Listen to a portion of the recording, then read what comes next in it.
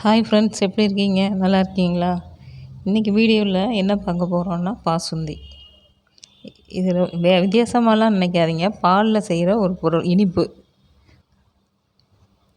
இப்படி தான் இருக்கும். வாங்க நம்ம வீடியோவில் எப்படி பண்ணுறதுன்னு பார்க்கலாம். 1/2 லிட்டர் பால் நான் எடுத்திருக்கேன்.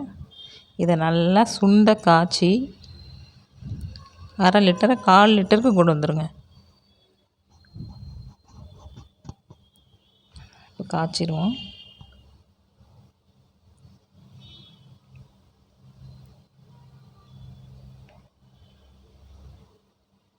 நல்லா சுண்ட வற்றட்டும். 1/4 லிட்டர் வந்துருச்சு.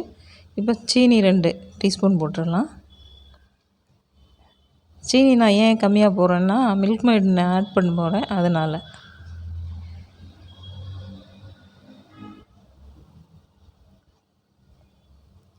இந்த மில்க் மெய்ட் நீங்கள் 1 டீஸ்பூனோ 2 டீஸ்பூனோ போட்டால் டேஸ்ட்டு இன்னும் கூடுதலாக இருக்கும். அதனால். இல்லை சீனி தான் இருக்குது அப்படின்னா நீங்கள் அதையே போட்டுக்கிறங்க, ஒன்றும் பிரச்சனை இல்லை. இப்போ முந்திரி, பாதாம் எல்லாம் பொடிசு பொடிசாக வெட்டி வச்சுட்டு போடுங்க.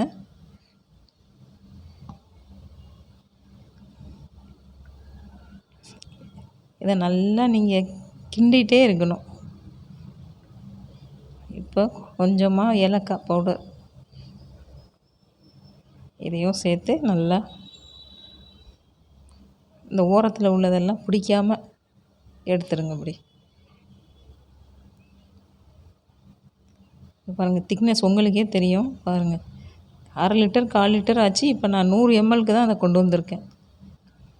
இந்த பாலை நீங்கள் எல்லாம் போட்டு காய்ச்ச தான் டேஸ்ட்டு வரும்.